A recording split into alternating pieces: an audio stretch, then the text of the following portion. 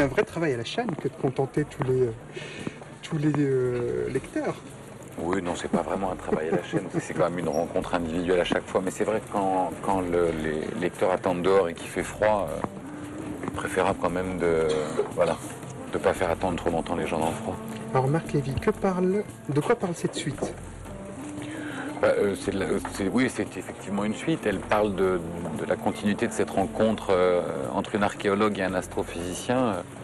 L'un qui cherche l'origine de l'univers, l'autre qui cherche quelle est la genèse de l'humanité. Mais c'est surtout un roman d'aventure, c'est un roman d'amour, c'est un roman voyageur.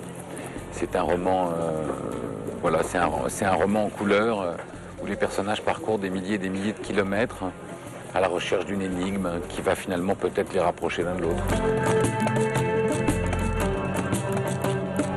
Au moment où je me suis lancé dans cette aventure, je me suis fait happer par les personnages et je me suis rendu compte au bout de 400 pages que j'étais loin d'avoir terminé le récit. Alors, je n'allais pas publier un roman de 1000 pages, c'est très inconfortable à lire. Donc je l'ai coupé en 2 tomes qui font chacun à peu près 500 pages pour l'un, 480 pour l'autre. Mais je me suis donné cette liberté d'aller au bout de l'histoire et de raconter l'histoire que j'avais envie de raconter. Et j'ai eu même beaucoup de mal à finalement dire au revoir aux personnages.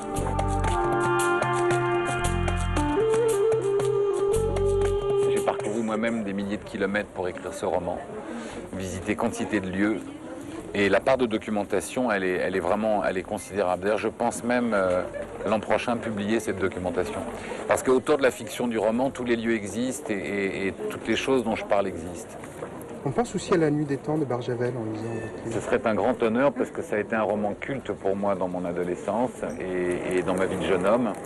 Et j'aurais jamais la prétention d'écrire comme Barjavel, mais c'est en tout cas pour moi un hommage c'est un homme.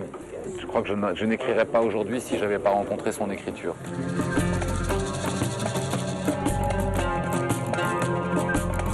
C'est très marrant, moi ça m'est arrivé sur une plage où j'étais avec des copains et à 10 mètres il y avait une femme qui était en train de lire un de mes romans. Et elle a tourné 2 pages, elle l'a posé sur son ventre et elle s'est endormie. J'étais déprimé pour le reste de l'après-midi.